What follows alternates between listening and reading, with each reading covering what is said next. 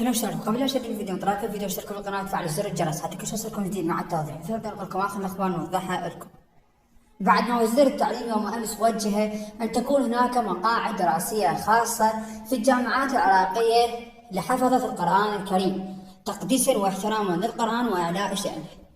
اما اليوم انطى هذا الخبر اللي راح يفرح هاي الفئه من الطلاب اللي يروحون في الجامعات والدراسات، يعني سواء كانت حكوميه مسائيه، العفو هو الحكوميه اصلا مجاني، مسائيه اهليه موازي. جميع طالب راح يدرس في الجامعات العراقيه كدراسه اعتياديه، يعني مو بالمقاعد الدراسيه لحفظ القران الكريم، لا، انه الدراسه الاعتياديه باي قسم كان. لكن الطالب اذا كان حافظا للقران الكريم راح يكون هو مستثني عن زملائه، يعني هو ما راح يدفع اي مبلغ مالي وما راح يدفع اي فلوس، وراح تكون دراسته مجانيه باي تخصص وباي قسم وباي كليه يريدها. بغض النظر عن الخبر اللي امس اجى انه ذاك الخبر وحده وزير التعليم وجه تخصص مقاعد دراسيه خاصه بالجامعات العراقيه اعلانا وشأن واحتراما للقران، وحتى انه يدرسه يعني مثل ما تقول فئه اكثر من الطلاب ويقدمون عليه. لا، اليوم الخبر شيء ثاني باعتبار. الخبر اليوم يقول هو انه اي طالب يدرس اي تخصص واي قسم واي كليه، لكن يكون هو من حفظة القرآن الكريم باعتبار انه راح يكون دراسته مجانيه باي تخصص يريده. لذلك وزير التعليم يوجه الجامعات باعفاء حفظة القرآن الكريم من الاجور الدراسيه.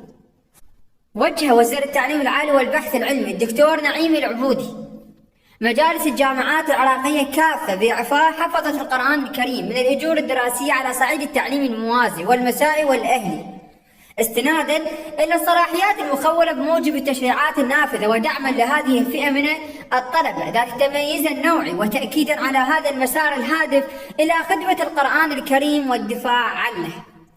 مثل ما قلنا لكم هذا الخبر هو أكيد راح يفرح هواي من الطلاب، خاصة يعني هم باعتبار الطلاب اللي حافظين القرآن الكريم انه راح يروحون باي تخصص باي جامعة اي قسم يردونه، سواء كان مسائي اهلي موازي، ما راح يدفع اي مبلغ مالي، ودراسته كذا راح تكون مجانية وكأنما يدرس دراسة حكومية. يعني طالب راح طب أهلي، راح مثلا هندسة أهلي، راح مثلا مسائي، راح ما أعرف شنو، أي تخصص بأي قسم بأي جامعة هو يريدها، هذول اللي هن أهلي مسائي موازي، أي شيء يتطلب من عندك فلوس، حتى الحكومة بس الموازي حكومة موازي راح يشوفوا لك، شوف يعني هم شنو الطريقة راح يختبرونك فيها، راح يشوفوا لك حافظ القرآن الكريم وكذا.